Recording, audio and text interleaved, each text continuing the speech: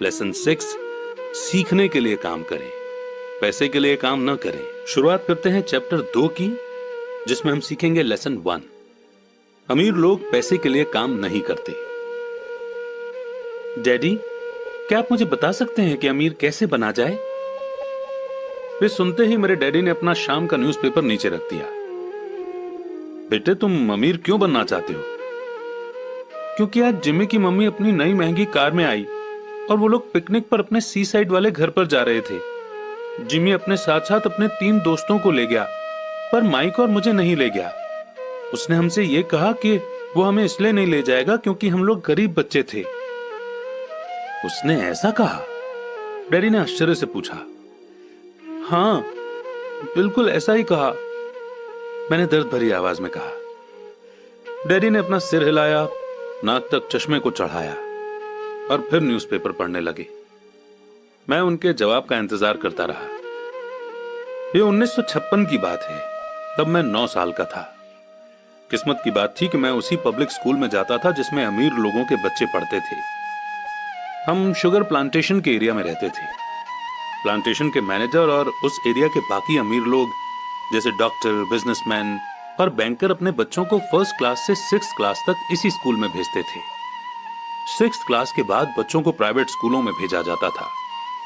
अगर मेरा परिवार सड़क के दूसरी साइड पर रह रहा होता तो मुझे अलग तरह के स्कूल में भेजा जाता, जहां मेरे जैसे परिवारों के बच्चे पढ़ते थे। 6th क्लास के बाद इन बच्चों की तरह मैंने भी पब्लिक इंटरमीडिएट और हाई स्कूल किया होता, क्योंकि उनकी ही तरह मेरे लिए भी प्राइवेट स्कूल में जाना पॉसिबल नहीं था। मेरे डैडी ने आखिर न्यूज़पेपर को रख दिया। मुझे पता था कि वे क्या सोच रहे थे। उन्होंने धीमे से शुरुआत की। अगर तुम अमीर बनना चाहते हो तो तुम्हें पैसे बनाना सीखना चाहिए। मैं पैसे बनाना किस तरह सीख सकता हूं? अपने दिमाग के इस्तेमाल से, उन्होंने मुस्कुराते हुए कहा, जिसका असली मतलब यह था कि बस मैं तुम्हें इतना ही बता सकता हूं, या मैं इसका जवाब नहीं जानता, इसलिए मुझे तंग मत करो। एक पार्टनरशिप हुई। अगली सुबह मैंने अपने सबसे अच्छे दोस्त माइक को अपने डैडी की बातें बताई। जहां तक मुझे याद है, उस स्कूल में माइक और मैं 2 ही गरीब बच्चे थे। माइक भी मेरी ही तरह का था, क्योंकि वो भी किस्मत की वजह से ही उस स्कूल में था। ऐसा लगता था जैसे किसी ने कस्बे में स्कूलों की सरहदें तय कर दी थीं, और इसी कारण हम लोग अमीर बच्चों के स्कूल में पढ़ रहे थे।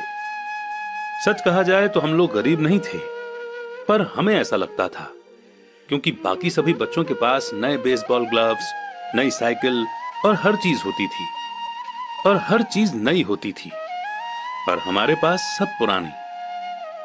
मम्मी और डैडी ने हमें जरूरत की सभी चीजें दी थीं, जैसे खाना, घर, कपड़े, लेकिन इससे ज्यादा कुछ नहीं। मेरे डैडी कहा करते थे कि अगर तुम्हें कोई चीज चाहिए तो उसके लिए काम करो। हमें बहुत सी चीजें चाहिए थीं, लेकिन 9 साल के बच्चों के करने के लिए ज्यादा काम मौजूद नहीं थे। माइक ने पूछा, तो पैसा कमाने के लिए हमें क्या करना चाहिए? मैं नहीं जानता, मैंने कहा, लेकिन क्या तुम इस काम में मेरे पार्टनर बनना चाहोगे? वो राजी हो गया, और उस शनिवार की सुबह माइक मेरा पहला बिजनेस पार्टनर बन गया। हम दोनों पूरी सुबह यही सोचते रहे कि पैसा किस तरह कमाया जाए। कभी कभार हम उन बेफिक्र बच्चों के बारे में बात करते रहे जो जिमी के सी साइड वाले घर पर मजे कर रहे होंगे। इससे थोड़ी चोट पहुंचती थी, पर यह चोट अच्छी थी, क्योंकि इसने हमें यह सोचने के लिए मोटिवेट किया कि पैसा कैसे कमाया जाए। और आखिरकार उस दोपहर को हमारे दिमाग में बिजली कौंध गई। ये एक ऐसा आइडिया था जो माइक ने किसी साइंस की किताब में पढ़ा था। एक्साइटेड होकर हमने अपने हाथ मिलाए, क्योंकि हमारे पास अब एक बिजनेस था। अगले कुछ हफ्तों तक मैं और माइक आसपास के इलाकों में भागदौड़ करते रहे। हम दरवाजों पर दस्तक देते थे और पड़ोसियों से कहते थे कि वे अपने इस्तेमाल किए हुए टूथपेस्ट ट्यूब हमारे लिए रख लें। हैरत से हमें देखते हुए ज्यादातर लोगों ने मुस्कुराकर हमारी बात मान ली। कुछ ने हमसे पूछा कि हमें टूथपेस्ट ट्यूब क्यों चाहिए। इसके जवाब में हमने कहा कि हम आपको ये नहीं बता सकते, ये एक बिजनेस सीक्रेट है। हफ्ते गुजरते गए और मेरी माँ बहुत दुखी हो गई। अपने रॉ मटेरियल को इकट्ठा करने के लिए हमने जो जगह चुनी थी वो उनकी वॉशिंग मशीन के ठीक पास में थी। एक ब्राउन कार्डबोर्ड के डिब्बे में जिसमें कभी केचप की बोतलें रखी रहती थीं। आज वहां पर हमारी और पड़ोसियों के टूथपेस्ट की इस्तेमाल की हुई ट्यूब्स पड़ी थीं। आखिर एक दिन मां के सब्र का बांध टूट गया। पड़ोसियों के मुड़े तुड़े और इस्तेमाल किए हुए टूथपेस्ट ट्यूब्स को देखते देखते वो ऊब गई थीं। उन्होंने पूछा, तुम लोग क्या कर रहे हो? और मैं ये नहीं सुनना चाहती कि एक बिजनेस सीक्रेट है। इस कचरे को साफ कर दो या मैं इसे उठाकर बाहर फेंक देती हूं। माइक और मैंने उनके हाथ पैर जोड़े और उन्हें यह बताया कि जल्दी ही हमारा काफी रॉ मटेरियल जमा हो जाएगा और फिर हम प्रोडक्शन शुरू कर देंगे। हमने उन्हें बताया कि हम कुछ पड़ोसियों का इंतजार कर रहे थे ताकि वे अपने टूथपेस्ट के ट्यूब खत्म कर लें। मां ने हमें 1 हफ्ते की मोहलत और दे दी। प्रोडक्शन शुरू होने की तारीख करीब आ गई थी। प्रेशर बढ़ चुका था। हमारे वेयरहाउस के मालिक यानी मेरी मां ने हमारी पहली पार्टनरशिप कंपनी को जगह खाली करने का नोटिस थमा दिया था। अब माइक का काम यह था कि वो पड़ोसियों को अपने टूथपेस्ट जल्दी खत्म करने के लिए कहे और साथ में यह भी कह दे कि दांत के डॉक्टर्स ने कहा है कि दिन में कई बार ब्रश करना चाहिए। मैं प्रोडक्शन के प्रोसेस को ठीक ठाक करने में जुट गया।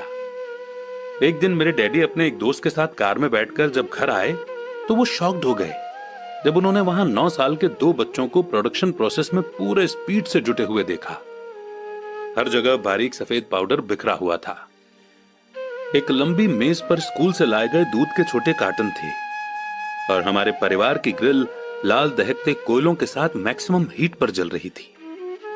डैडी सावधानी से चलकर हमारे करीब आए क्योंकि हमारे प्रोडक्शन प्रोसेस ने उनके घर पर कब्जा कर लिया था, इसलिए उन्हें कार बाहर ही खड़ी करनी पड़ी।